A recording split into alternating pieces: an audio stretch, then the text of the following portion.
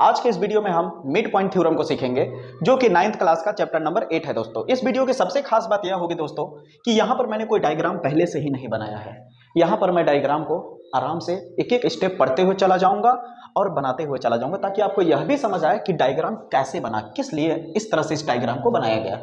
फिर उसके बाद इस डायग्राम में क्या वो कह रहा है प्रूफ करने के लिए, वो आपको एकदम अच्छे से फील होगा, समझ आएगा, तो ये थ्योरम ऑटोमेटिक आप बेहतर कर पाएंगे।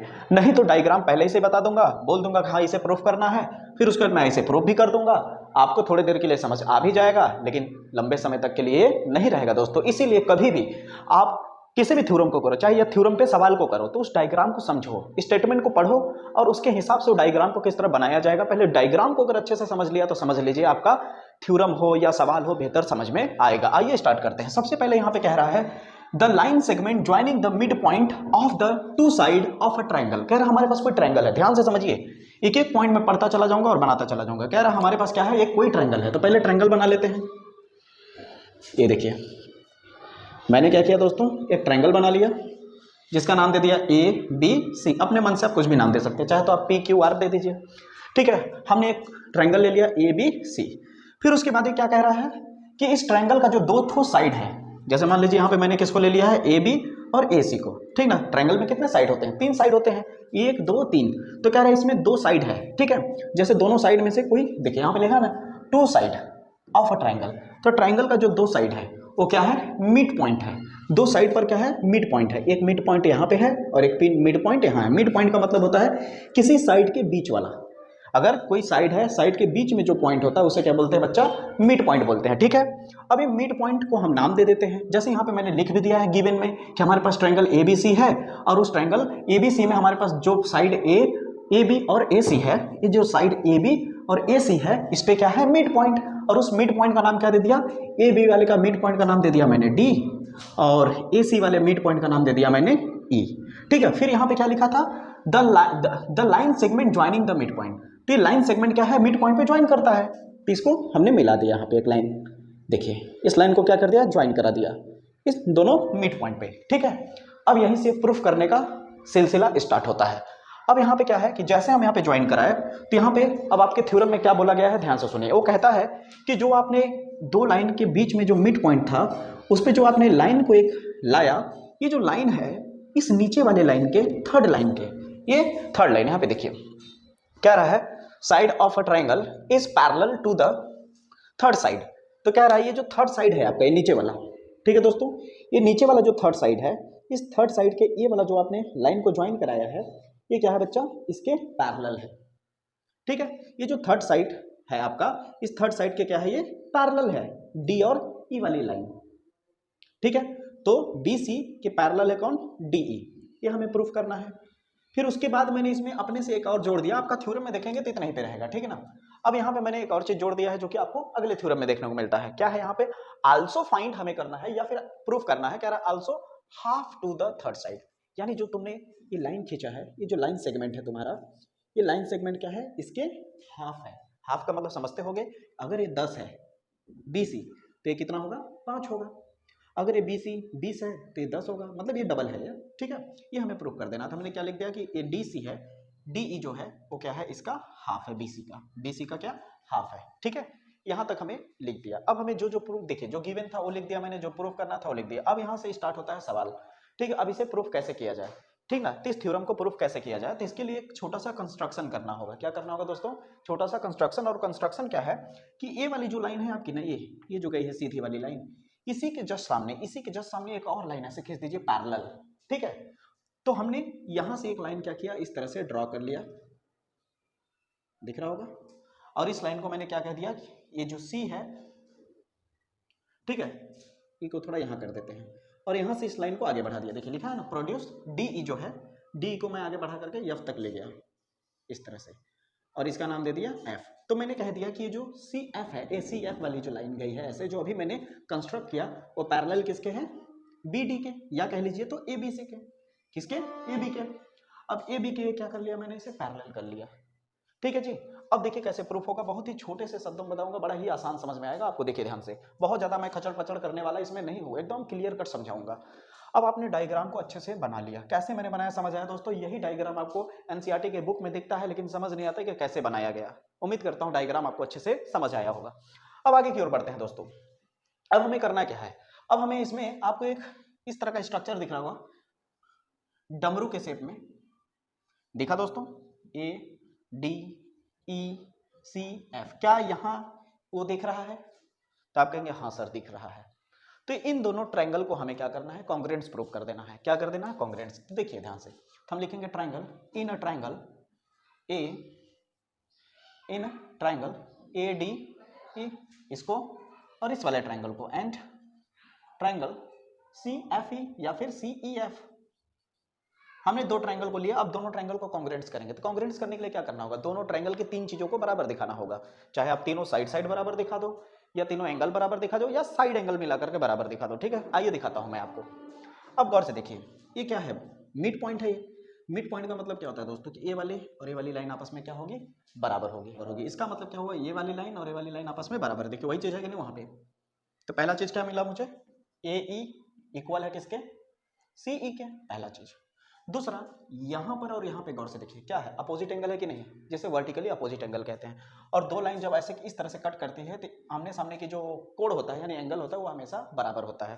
तो यहाँ पे क्या हो जाएगा? एंगल, इस एंगल का नाम रखिए, एंगल ए ई डी जो होगा वो बराबर होगा किसके? एंगल इस वाले के, जिसका नाम हो जाएगा सी ई एफ के। कोई पूछे ऐसा कैसे? तो आप बोल देना वर्टिकली अपोजिट एंगल है, बिकॉज करके लिख देंगे वर्टिकली अपोजिट एंगल।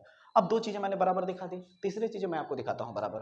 अभी मैंने यहाँ पे कुछ चीजें लिखा था, ध्यान से सुनिए। मैंने बोला कि ए लाइन जो है, ए वाली लाइन दिख रहा है आपको, और ए वाली लाइन क्या आपस में पैरेलल है कि नहीं दोस्तों? अगर ये लाइन आपस में पैरेलल है, जैसे मैंने यहाँ पे लिख देता हूँ, ठीक ना, मैं यहाँ पे लिख देता हूँ, बिकॉज यहाँ पे ए वाली लाइन और ए वाली लाइन आपस में क्या है? पैरेलल है। मैंने यहाँ पे दिखा दिया कि नहीं दोस्तों? ठीक है, तो आप यहाँ पे देख सकते हैं, मैंने लिखा ना draw C F. C F वाली जो लाइन है वो पैरेलल है किसके? ए बी के। समझ आ रही है? सी एफ जो है वो पैरेलल है किसके? ए बी के। इससे फायदा क्या होगा मैं समझाता हूं। जब दो लाइनें ऐसे पैरेलल हों, ठीक है, और वहां से इस तरह से एक लाइन खींची जाए या ऐसे जैसे भी, तो यहाँ का एंगल और यहाँ का एंगल हमेशा एक दूसरे के क्या होता है? बराबर होता है। जो आपको जेड की तरह दिख रहा है ना, इस तरह यहाँ पे दिखेगा, दिखाऊं मैं आपको? देखिए, एक इस लाइन को देखिए, इसको देखिए, और डैश डैश वाले को देखिए, तो यहाँ का एंगल और यहाँ का एंगल क्या होगा? आपस में बराबर होगा, जिसे बोलते हैं अल्टरनेट इंटीरियर एंगल बोलते हैं। तो ध्यान दीजिएगा दोस्तों, ए वाला एंगल, एंगल ए डी ई जो होगा वो बराबर हो जाएगा किसके? एंगल सी एफ ई के। अब बताइए तीन चीजें बराबर हुआ कि नहीं? एक साइड और एक एंगल और एक एंगल, तो क्या हो जाएगा? Angle side angle. रूल से आपको क्या पता चल गया कि ट्राइंगल ए बी सी क्या है? ट्राइंगल ए डी ई जो है वो क्या है बच्चा? कॉन्ग्रुएंस है किसके? ट्राइंगल सी ई एफ के। अब इससे फायदा क्या होगा? कॉन्ग्रुएंस से फायदा क्या होगा? कॉन्ग्रुएंस से यह फायदा होगा कि अब इससे यह पता चल गया कि ए वाली जो साइड है इसके बराबर हो जाएगा किसके? बाई सीपीसीटी रूल से। ठीक है, जब ये कॉन्ग्रुएंस हो गया, कॉन्ग्रुएंस का मतलब क्या होता है? हिंदी में सर्वांग सम कहते हैं, ठीक ना? तो इसका मतलब ये होता है कि ए वाला ट्रायंगल और ए वाला ट्रायंगल आपस में हर तरह से एक दूसरे के बराबर है। समझ आ रही मेरी बातें? तो जब बराबर है तो बची हुई साइड भी तो आपस में बराबर होंगी ना, यानी ए वाला इसके बराबर होगा। बनाने मेरे को छोटा इधर बन गया है, लेकिन ये थोड़ा बड़ा है इसके साइज के हिसाब से, ठीक है ना? कुछ इस तरह से समझ आ रहा है दोस्तों? कुछ इस तरह से है, ये लगभग सेम साइज का है, ठीक है ना? यहाँ पे क्या है आपका? C है, यहाँ पे आपका F है, ठीक है? तो ये वाला और ये वाला अपने आप बराबर हो जाएगा, जिसका नाम दे देंगे हम लोग DE जो है, DE जो है वो बराबर हो जाएगा किसके? EF के। उसी तरह ये वाला जो साइड है A, ये भी तो आपस में बराबर होगा CPCT से, ए वाला और ए वाला। तो यहाँ पे लिख देंगे AD जो है वो बराबर हो जाएगा किसके? CF के। दोनों के लिए लिख देंगे बाई CPCT रूल। अब यहाँ से फायदा क्या होगा दोस्तों? ध्यान दीजिएगा, अब आपको बहुत खास चीज समझने को मिलेगा। ध्यान दीजिएगा, यहाँ पर मैंने इस तरह से चीजें प्रूफ कर दी हैं, ठीक है? अब मैं जो बोलता हूँ उसे ध्यान से देखिए दोस्तों, कि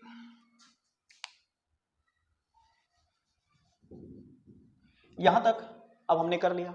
अब इससे फायदा क्या होगा? इससे हमें फायदा क्या होगा मैं समझाता हूं आपको। देखिए यहां पे हमने क्या किया दोस्तों, यहां पे ए वाला इसके बराबर कर दिया है सीपीसीटी से। देखिए गौर से, वहां पे कर दिया है कि नहीं? और ए वाली लाइन आपस में पहले ही से बराबर है, क्योंकि ये बीच वाला मिड पॉइंट है। मिड पॉइंट होने की वजह से ए वाली लाइन आपस में क्या है? बराबर है, यानी एडी जो है वो बराबर है किसके? बीडी के। समझ आ रही मेरी बातें? जब AD बराबर है BD के और इसके बराबर A हो चुका है तो यहां पे हम लिख देंगे, यहां पे मैं लिख देता हूं कि बिकॉज AD जो है वो बराबर है किसके? BD के, ठीक है। इसलिए देयरफॉर यहां पे आपका ये वाली जो BD होगी वो बराबर हो जाएगी इसके CF के, ठीक है। क्यों? क्योंकि यहाँ पे AD जो है CF के बराबर था और AD BD के बराबर है तो ये दोनों आपस में बराबर हो जाएंगे। चलिए यहाँ तक आपको उम्मीद करता हूँ समझ में आएगा। आप खुद ही समझिए ना कि ए वाला और ए वाला मैंने बराबर कर दिया किसके? CP/CT से, ठीक ना, कॉन्ग्रुएंस प्रूव करके।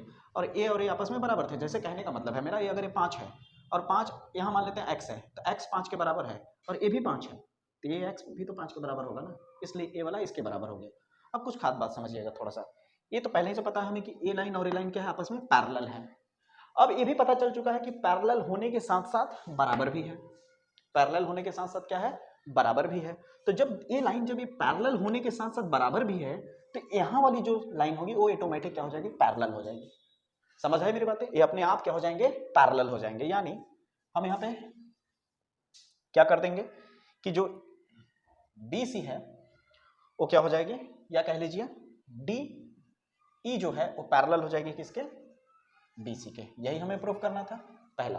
दूसरा, जब ये पैरेलल है और साइज में भी ये बराबर है, पैरेलल होने के साथ साथ साइज में भी बराबर है तो ये भी तो साइज में बराबर होगा ना, यहां से लेके यहां तक, और ये वाला इसके होगा कि नहीं? यानी DF जो होगा वो बराबर होगा किसके? BC के। अब आप यहाँ पे ध्यान से समझिए तो आपको समझ में आएगा। देखिए ये क्या है? BC वाली लाइन है और ये क्या है? DF वाली लाइन है। तो ये क्या है? ए वाली लाइन, ए वाली लाइन क्या है? आपस में बराबर भी है पक्का, उसके साथ साथ ये पैरेलल भी है। तो आप खुद सोचिए कि जब ये बराबर होने के साथ साथ पैरेलल होगा तो यहाँ पे जो लाइन आई है वो ऑटोमेटिक क्या हो जाएगा? बराबर भी होगा, पैरेलल भी होगा कि नहीं? हाँ, आपने सुना होगा ना, हाँ, पैरेललोग्राम, जिसे समांतर चतुर्भुज कहते हैं। तो ये और ये आपस में बराबर होने के साथ साथ पैरेलल भी है, तो पैरेलल तो मैंने दिखा ही दिया, पैरेलल दिखाने के साथ साथ मैंने बराबर भी कर दिया। अब इससे फायदा क्या होगा मैं समझाता हूँ आपको। अब इससे फायदा यह होगा कि अगर ये और ये आपस में बराबर है, ठीक है, और हमने CP/CT से क्या पता लगा दिया है कि ए वाली लाइन यहां से DE बराबर है किसके? EF के। तो ये दोनों आपस में क्या है? बराबर है। जब बराबर है ये दोनों तो इसको हम चाहे तो जोड़ सकते हैं ना, इसको DF को हटा के। इस DF के जगह पे हम क्या लिख सकते हैं? यहाँ DF क्या है? ये DF किसके बराबर है? इसके। और DF जो है इतना और इतना को मिल के बना है ना, तो क्या हो जाएगा? DE प्लस EF बराबर क्या हो जाएगा? BC। अब यहां पे गौर से देखिए, यहां पे क्या है? BC बराबर क्या है? DF है, ठीक है, वहां मैंने लिख दिया है, ठीक ना। BC बराबर क्या है? DF। और DF जो ये पूरी लाइन है यहां से यहां तक, इसमें दो चीज है, देखिए, D से E और E से F, तो दोनों जुड़ के DF ही तो होगा ना। तो मैंने इस पूरे DF को क्या लिख दिया? DE प्लस EF, मतलब तो वही है। अब इससे फायदा क्या होगा लिखने से? इसे लिखने से फायदा यह होगा कि DE और EF, यहां देखिए CP/CT में DE और EF क्या है? आपस में बराबर है। तो मेरी जब मर्जी करेगी तो मैं DE को ऐसा ही रहने देता हूं, मेरी मर्जी करेगी भाई जब EF जो है बराबर है DE के, तो मेरी मर्जी करेगी तो EF को हटा के क्या रख सकता हूं? DE रख सकता हूं कि नहीं? DE बराबर क्या हो गया? BC। अब DE क्या हो जाएगा? जुड़ के क्या हो जाएगा? 2DE बराबर क्या हो जाएगा? BC। तो 2DE बराबर क्या हो जाएगा? 1/2 BC। देखिए दोस्तों, आपका मिड पॉइंट थ्योरम प्रूफ हो गया। हमने पैरेलल को भी प्रूफ कर दिया और उसके साथ साथ क्या कर दिया कि यहाँ पे DE जो है, ये वाली लाइन, ये DE हाफ है किसके? BC के। देखा कि नहीं? उम्मीद करता हूं मिड पॉइंट थ्योरम आपको अच्छे से समझ आया हो।